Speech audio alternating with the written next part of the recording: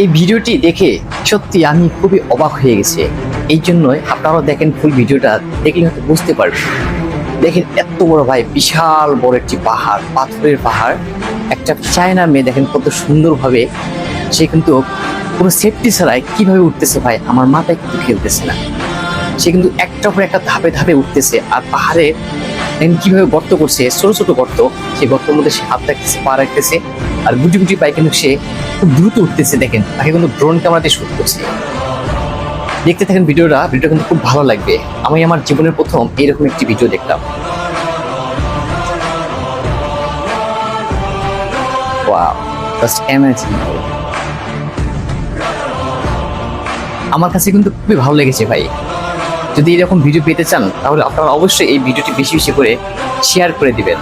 আপনাদের সবাইকে অসংখ্য ধন্যবাদ ভিডিওটি দেখার জন্য।